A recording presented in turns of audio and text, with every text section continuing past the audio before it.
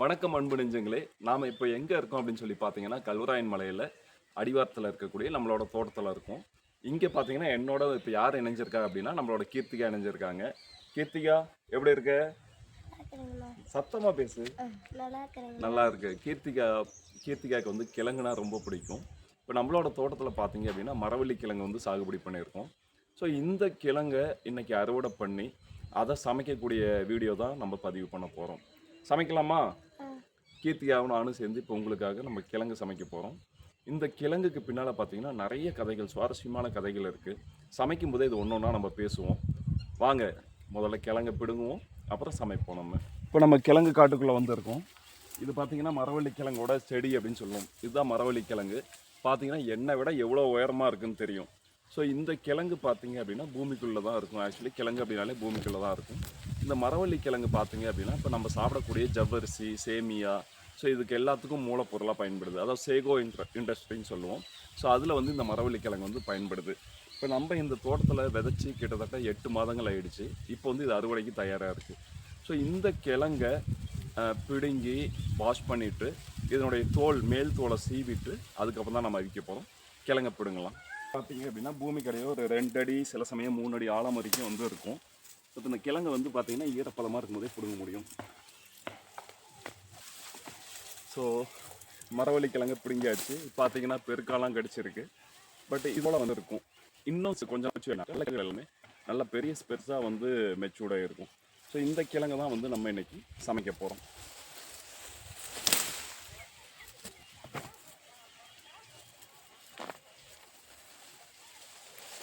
So பார்த்தீங்கன்னா இப்போ இது போல் கிழங்குகளை வந்து நம்ம ஒன்று ஒன்றா பிடுங்கிட்டு நமக்கு தேவையான கிழங்குகளை மட்டும் எடுத்துக்கலாம்.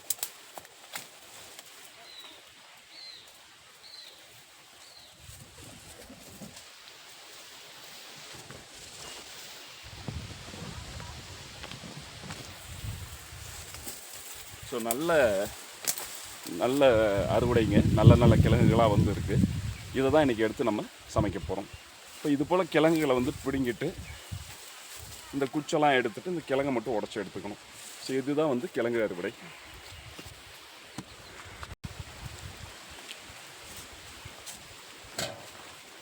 அறுவடை பண்ணிட்டு வந்து இந்த மரவள்ளி கிழங்கு இப்போ என்ன பண்ண போகிறோம் அப்படின்னா க்ளீன் பண்ண போகிறோம். இந்த கிழங்கு பார்த்திங்கன்னா நிறைய மண்ணும் குப்பையுமாக இருக்கும்.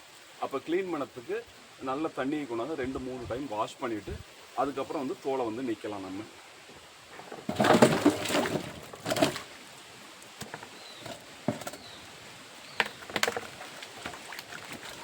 ஸோ இது போல் இந்த கிழங்கு பார்த்தீங்கன்னா நல்லா மண்ணாக இருக்கும். நல்லா வாஷ் பண்ணி எடுத்துக்கணும்.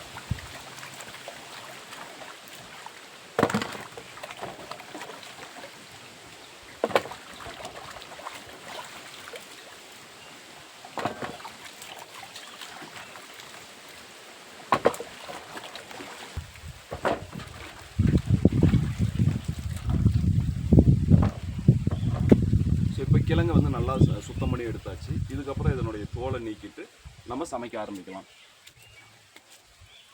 இந்த கிழங்கு வந்து அறுவடை பண்ணிட்டோம்.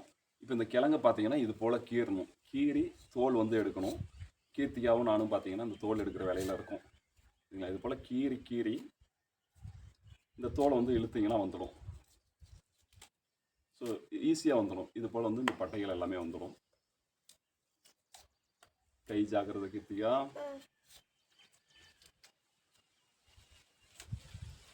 இந்த தோல் எடுத்தால் தான் வேக வைக்கிறதுக்கு வந்து நல்லாயிருக்கும் நமக்கு.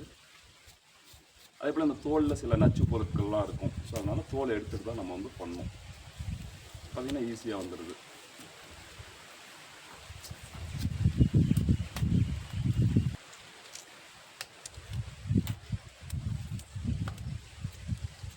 இப்போ தோல் எடுத்த வாட்டி கிழங்கு வந்து இது போல் வெண்மையாக இருக்கும். ஸோ இந்த கிழங்கை வந்து சிறு துண்டுகளாக நறுக்கி நம்ம ஆவியில் வேக வைக்கலாம். இவ்வளவும் எடுக்கணும் தோல். எப்போ எடுப்போனே தெரில கீர்த்திகா. பசி வேற வயிற்று கிள்ளுது. இப்போ பெரும்பாலும் நம்ம தோட்டத்து வேலைக்கு வந்தோம்னாக்கா சாப்பாடுலாம் இருக்காது இல்லை. என்ன செஞ்சு சாப்பிடுவோம்? ஃபஸ்ட்டு என்ன செஞ்சு சாப்பிடுவோம்? நம்ம கிழங்கு வேக வச்சு சாப்பிடுவோம் தானே. பெரும்பாலும் சம்சாரிக்க பார்த்தீங்கன்னா சாப்பாடுக்கு பெருசாக முக்கியத்துவம் கொடுக்க மாட்டாங்க இந்த விவசாயிகள் எல்லாமே. ஸோ அதாவது என்ன கிடைக்குதோ அப்போதைக்கு அதை சாப்பிட்டுக்குவோம். நான் உங்களுக்கு இன்னொரு நாள் பார்த்தீங்க அப்படின்னா இந்த காட்டுக்கறி அப்படின்னு சொல்லக்கூடிய நாட்டுக்கோழி வறுவல் தோட்டத்தில் பண்ணால் எப்படி பண்ணணுமோ அதை செஞ்சு காமிக்கிறேன். இந்த கிழங்கு வேக வச்சு எடுக்கும்போது அது பார்த்தீங்கன்னா அவ்வளோ நல்லாயிருக்கும். சைடிஷாக வந்து அது நல்லாயிருக்கும். இப்போ கேரளா பக்கம் பார்த்தீங்கன்னா நிறைய மக்கள் வந்து கப்பா அப்படின்னு சொல்லுவாங்க. இதுக்கு வந்து கப்பா அப்படின்னு சொல்லிட்டு கப்பா மீன் கறி, கப்பா பீஃப் கறி, இந்த மாதிரி அசைவத்தோடு அவங்க எல்லாமே சேர்த்துக்குவாங்க. பட் நம்ம வந்து என்னன்னாக்கா காட்டுக்கறியும் அடுத்த வாரம் இதே கப்பை கிழங்கு நம்ம வேக வச்சு சாப்பிடுவோம். போல் சன்னமாக கீறிக்கிட்டு நம்ம வந்து இழுக்கும் போது அந்த தோல் வந்து ஈஸியாக வந்துடும். இன்னைக்கு மத்தியானம் ஆயிடுச்சு, இன்னும் இந்த கிழங்கு உரிக்கல. கிழங்கை உரிச்சு விறகடுப்பில் போட்டுட்டு அதுக்கப்புறம் தான் வந்து கருவேப்பிலை, மிளகாய், சீனி மிளகாலாம் பறிக்க போனோம். கீர்த்திகா சீக்கிரமா, கீர்த்திகா பசி கில்லுது. உனக்கு பசிக்குதா பசிக்கலையா? நான் இப்போதாம்மா சாப்பிட்டேன். என்ன சாப்பிட்ட? தோசைக்கு குருமா வச்சேன். அப்புறம் சாப்பாடு எடுத்து வந்துட்டு. கீர்த்திகா சாப்பிட்டு வந்துடுச்சு, அதனால கிழங்கு இல்லை கீர்த்திகா இன்னைக்கு. இந்த கிழங்குக்கு டேஸ்ட்டு கொடுக்கக்கூடியது, ஒரு மணத்தை கொடுக்கக்கூடியதுன்னு பார்த்தீங்கன்னா இந்த கருவேப்பிலை. இது வந்து இங்கே ஸ்பெஷல். இது செங்காம்பு கருவேப்பிலை அப்படின்னு சொல்லுவோம். இதோட காம்பு பார்த்தீங்கன்னா நல்லா சிகப்பு கலரில் இருக்கும். இந்த செங்காம்பு கருவேப்பிலை கலுராயன் மலையில் இருக்கக்கூடியது. அதே போல் இது வந்து சீனி மிளகாய் அப்படின்னு சொல்லுவோம். இந்த மிளகாய் பார்த்திங்கன்னா ரொம்ப சின்னதாக தான் இருக்கும். அதாவது கடுகு சிறுத்தாலும் காரம் குறையாது அப்படிம்பாங்க இல்லையா? ஸோ அது போல் இந்த மிளகாய் சின்னதாக இருந்தாலுமே இதோட காரம் பார்த்திங்கன்னா அவ்வளோ நல்ல காரமாக இருக்கும். இந்த கிழங்குக்கு வேக வச்ச வாட்டி இதை நசுக்கி போட்டு தான் நம்ம இந்த கிழங்கை வந்து வேக வைக்க போகிறோம்.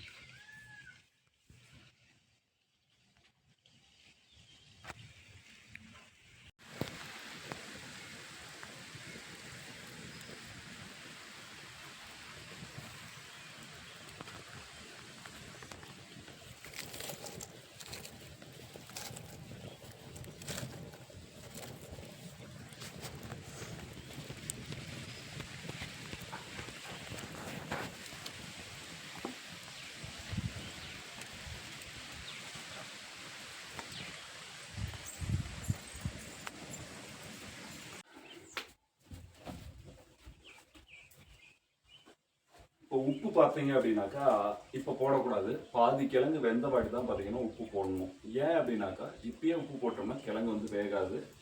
அதே போல் அனல் பார்த்தீங்க அப்படின்னாக்கா நல்லா வந்து ஃபுல்லாக வந்து கொடுக்கணும்.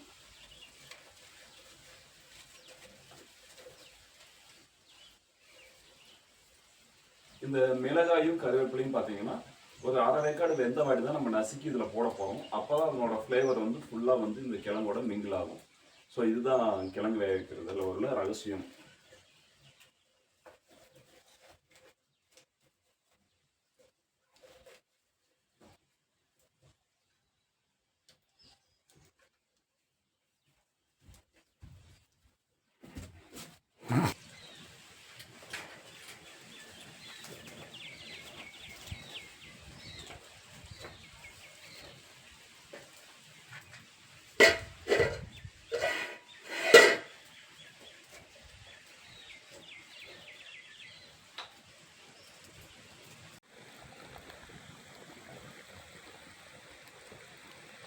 உலை பார்த்திங்கன்னா நல்லா கொதிக்குது. இந்த கிழங்கு வெந்துட்டு இருக்குது. இப்போ பார்த்திங்கன்னா இந்த கை நிறைய வந்து கருவேப்பிலை எடுத்து வச்சுருக்கோம். இந்த கருவேப்பிலையை வந்து இதில் போட போகிறோம் நம்ம.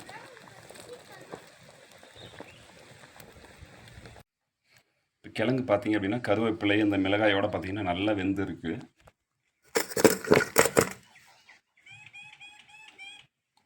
ஆவி பறக்க பறக்க கிழங்கு தயாராகிடுச்சு.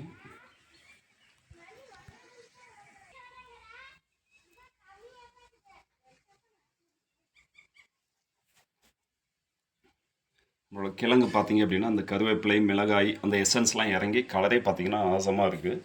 ஸோ இந்த சம்சாரிகளோட உணவுன்னு பார்த்திங்கன்னா தோட்டத்தில் இது போல தான் ரொம்ப எளிமையான உணவுகள் வேலை செய்யும்போது பார்த்திங்க அப்படின்னா.